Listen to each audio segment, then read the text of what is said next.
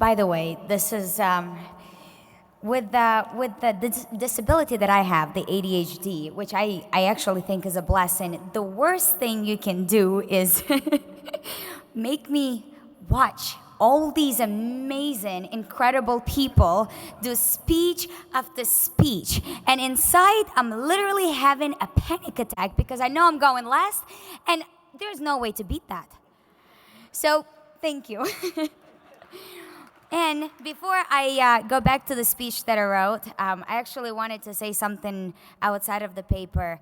I'm here with my friend Melissa, who said something earlier that was incredibly sweet. She said, I have never been in a room full of so many honest, sincere, and loving people. And I totally agree and concur with her, and thank you for this experience. As well as earlier, I got an opportunity, which was pure honor, to be at the lab school. And to be honest, I am a little bit jealous because I didn't have that experience when I went to school, when I went to high school. And in my opinion, we should have schools like labs all over the country. This is the way education should be, an everyday school activity. Okay. Now I'm gonna go back to my paper because I'm still having a panic attack inside. I wanted to thank Michelle and everybody at the lab school for giving me the opportunity to share my personal story with y'all. And I appreciate the opportunity to be invited here today to this magnificent event and being honored here tonight. Let me just start off with some statistics, which I'm sure most of you know. $50 billion is the estimated cost of illness in the United States. Billion, not million. And approximately 11 million children in the US between the ages of 4 and 17 have been diagnosed with ADHD, attention deficit hyperactivity disorder. However, I would disagree that this is a disability. Some of the biggest influences in the world, present and past, have had this blessing. Richard Branson, who I had the privilege of meeting when I was invited to one of his world meetings on his Necker Island, which is in the British Virgin Islands, has ADHD. Jim Carrey, who we all love, has ADHD. Ryan Gosling, who we all love in a very different way, has ADHD. So I was born, let's take it back, I was born in the Ukraine. Now we all know where that is due to the news, thank you very much. Before that, people were like, is that in the Eastern Bloc? Yes. So in the Ukraine, ADHD was never discovered or is something that has been treated as a disorder. The generalized treatment for a child with ADHD was a smack on the head that usually cured it for the next 5 minutes. That was the cure that I would get most of the time. When I moved to the United States, I turned 14 literally 2 days before we moved to the States to New York, and I came straight to the Bronx, and I was attending high school. And that's where I felt my ADHD to the maximum. I would always get in trouble for not paying attention. I had difficulty taking tests, even though I knew everything, and I would read the question over and over again. I knew all the words, but I couldn't put them together.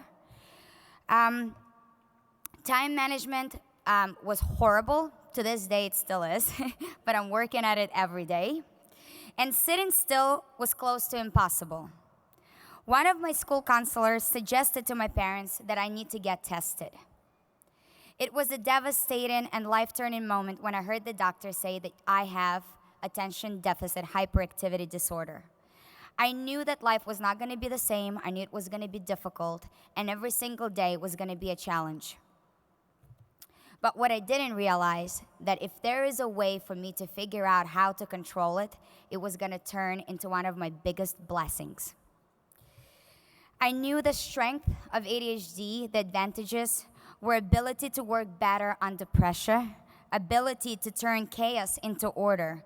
I was very ambitious. I wanted everything to the fullest, fulfill every single dream. I was a hard worker. No job was big enough. Sleep was all relative. I'll sleep sometime later. Thinking several steps ahead and seeing the bigger picture, Multitasking, by the way, multitasking, I think, is something that every woman knows how to do the best way possible. Has nothing to do with ADHD. Multitasking is something we all do every single day. Dedication, detail orientation, solution based thinking, intuition, visionary, witty, charismatic, risk taking, generous. The list goes on and on and on. These are qualities that were built into my character because of the adversity of being diagnosed with ADHD. All of these attributes showcase that ADHD doesn't have to be a hindrance, but rather a blessing. One of the most important aspects that I saw today at the lab school is that it's not just teaching the kids how to be better at what they're already great, how to cope with things that they're struggling with, but also educating their parents how to help children, how to talk to them, how to teach them what they have to do every single day. And I have to thank my parents for understanding that I actually had something that I struggled with and giving me that strength every single day to push forward and continue achieving my dreams, going after them. I am honored to be here today, and I am proud to say that I have found a way to make ADHD work for me and not limit me in my everyday life. I'm speaking here today to show you my support, and I hope you will support this school because it's absolutely amazing, and I wish I could go back and do it all over again here in the lab school by donating, by buying the auction items, and I think there might be a little surprise at the very end, which I really hope some of you are gonna bet on, because if not, my feelings are gonna get hurt. At this note, thank you very much. Thank you for this honor. It's been absolutely an incredible day, and I couldn't thank you enough for giving me this opportunity. Thank you.